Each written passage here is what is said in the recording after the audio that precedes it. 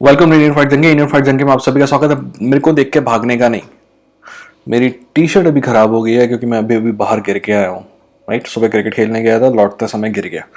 अब बाकी कपड़े मैंने बैंगलोर से आने के बाद खोले नहीं है इसलिए, और अभी मेरे को वीडियो बनाना जरूरी है क्योंकि अभी सुबह के 9:30 पौने 10 बज रहे हैं और कल फाइट है। तो कपड़े देख के भागने का नहीं, और वैसे भी आप मेरे को देखने के लिए नहीं आते हैं, सुनने के लिए आते हैं। नॉलेज कान से आता है, ठीक है? तो आंखों को थोड़ा आराम दीजिए। आज हम बात करेंगे UFC वेगस 55 की, हॉली होम्स वर्सेस केटलिन वेरा और सेंटियागो पोंजिनिवियो वर्सेस माइकल परेरा, या फिर कहेंगे पहेया। ठीक है, इन दोनों फाइट्स के बारे में बात करेंगे। पर आगे बढ़ने से पहले सब्सक्राइब करके बेल आइकन में क्लिक कर दीजिए, क्योंकि ये आदमी भलाई बनियान में हो या हो सकता है नंगा हो, पर वैसे नंगा नहीं हो, पैंट पहना हो, दिखा सकता हूं आपको। पर एक बात है इस आदमी में, इस आदमी का वीडियो देख के आप जब भी उठेंगे ना, तो पहले से ज्यादा नॉलेज होगा आपका, गारंटी के साथ। तो चलिए बात करते हैं UFC वेगस 55 की।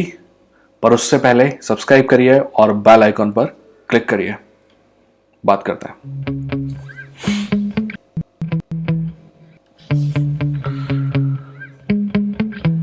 Yeah. Sometimes I get so mad, there's no controlling me. My thoughts get so bad, I'm like, I might grab a bat, I don't know. My wrath, my blood boils over like, oh God, here goes. I lost all feeling from my head to my toes. You said some shit that I can't let go, so just stay tuned for the rest of the show.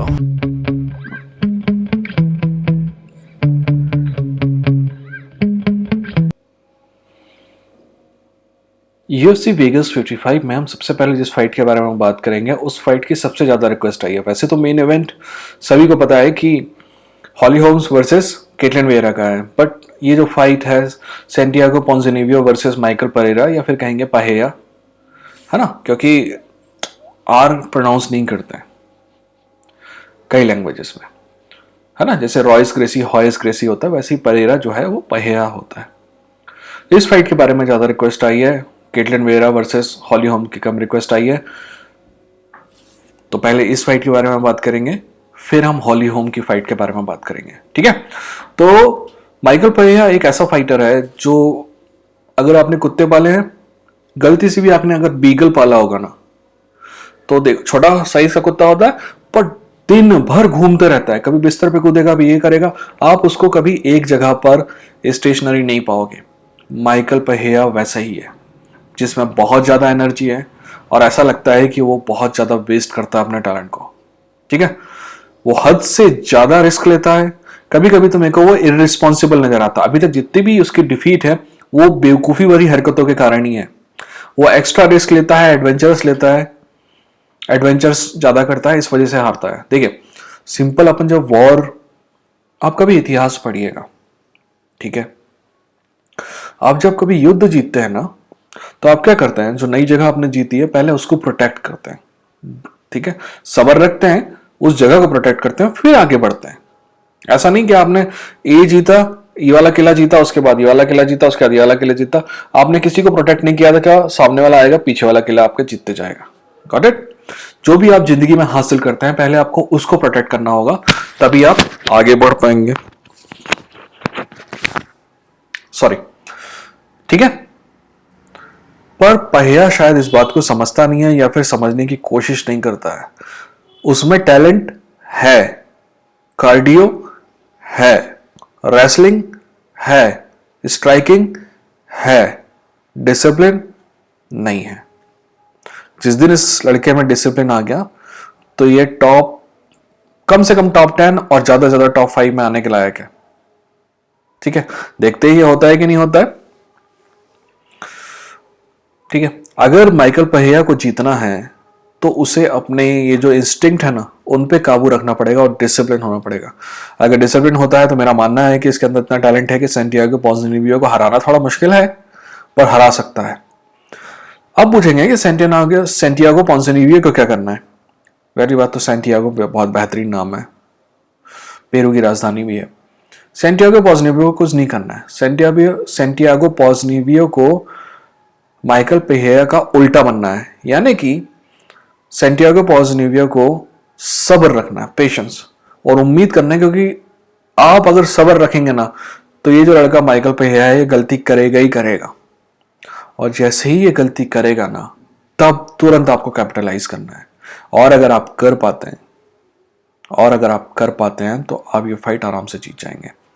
मेरा दिमाग कहता है कि पहिया को जीतना चाहिए, दिल भी कहता है कि पहिया को जीतना चाहिए, पर अगर मेरे पास पैसा होता तो मैं सैंटियागो पॉइंसेनियो पे लगाता, क्योंकि पहिया पे भरोसा नहीं किया जा सकता। ठीक है, अब बात कर लेते हैं हॉली होम वर्सेस केटलिन मेरा की। इस फाइट के बारे में मैं बात करूं उससे पहले मैं आपको हॉली होम के बारे में थोड़ी बात करना चाहूंगा। राइट, हॉली होम ने अभी अभी एक बयान दिया है कि उसकी 2-3 फाइट बची हुई हैं यूएफसी में, और जैसी फाइट खत्म होती है तो वो फाइट करना चाहती है केटी टेलर से 135 डिवीजन के लिए, सारे टाइटल्स के लिए। अब आप सोच रहे होंगे कि यार ये एमएमए की लड़की बॉक्सिंग में क्यों फाइट करना चाहती है। तो वैसे तो मेरे को पता है कि आप सब बहुत नॉलेजेबल लोग हैं, तो आप सभी को पता होगा, पर जिसको ना पता होगा, ये जो लड़की है ना, लड़की कहना चाहिए, औरत जो भी है, शी इज 40 ईयर्स ओल्ड। मेरा मानना है कि आज तक यूएफसी में जितने भी लोग आए हैं ना, उनमें सबसे ज्यादा टैलेंटेड है ये। एक ही दो लोग होंगे जो इससे ज्यादा टैलेंटेड होंगे। मैं हॉली होम की बात कर रहा हूं। हॉली होम चाह रही है कि 135 बॉक्सर जो चैंपियन है, अभी जिसने अमेंडा सरानो को हराया है, केटी टेलर, उससे फाइट करना चाह रही है। और पता है आपको, जब वो फाइट करेगी ना, तो फाइट 50-50 होने वाली है दोस्त। ऐसा नहीं सोचेंगे आपकी एमएमए वाली लड़की जा रही है तो वहां पे होगा, क्योंकि जब हॉली होम एमएमए में आई ना, तो उससे पहले किक बॉक्सर थी, और जब किक बॉक्सर थी बनी ना, उससे पहले वो बॉक्सर थी। और बॉक्सर भी ऐसी वैसी नहीं, इतनी बेहतरीन बॉक्सर है कि इस साल ही हॉली होम हॉल ऑफ फेम में जाने वाली है। शी इज हॉली होम जो है 3 डिवीजन की चैंपियन थी, एक नहीं दो नहीं 3 डिवीजन की चैंपियन थी, और 18 डिफेंस है उसके नाम पे। कभी हारी नहीं वो बॉक्सिंग फाइट। फिर किक बॉक्सिंग गई, वहां भी चैंपियन बनी। फिर एमएमए आई, वहां भी चैंपियन बनी। मेरे को बता सकते हैं आप, जैसे कि ट्रिपल सी बोलता है कि मैं ओलंपिक में चैंपियन बना, और फिर यहाँ पे 2 अलग अलग डिवीजन का चैंपियन बना, पर गेम तो लगभग एक जैसा ही था। तीनों जगह आप रेसलिंग ही कर रहे थे, राइट, स्ट्राइकिंग भी कर रहे थे, बट फिर भी मिला जुला था। हॉली होम भी तीनों जगह पे स्ट्राइकिंग कर रही थी, बट आज उसका रेसलिंग गेम पहले से कहीं ज्यादा बेहतर है। ठीक है, अब बात कर लेते हैं हॉली होम कहां पे है अपनी जिंदगी के 40वें साल, 41वें साल पे पहुंच जाएगी अभी अक्टूबर में। इतने साल के बाद हॉली होम कहां पे है, ये बात सच है, और ये थोड़ा एक्सेप्ट करना थोड़ा डिफिकल्ट है, बट हॉली होम जो है ना, पहले से थोड़ी स्लो है। पर जो स्लो हुई है ना, उसको वो कॉम्पनसेट करने के लिए उसका कार्डियो अभी भी बेहतरीन है, उसकी एफिशिएंसी अभी भी बेहतरीन है। वो 15 की जगह 10 पंच मारती है, बट एफिशिएंट है, दे आर ऑन टारगेट।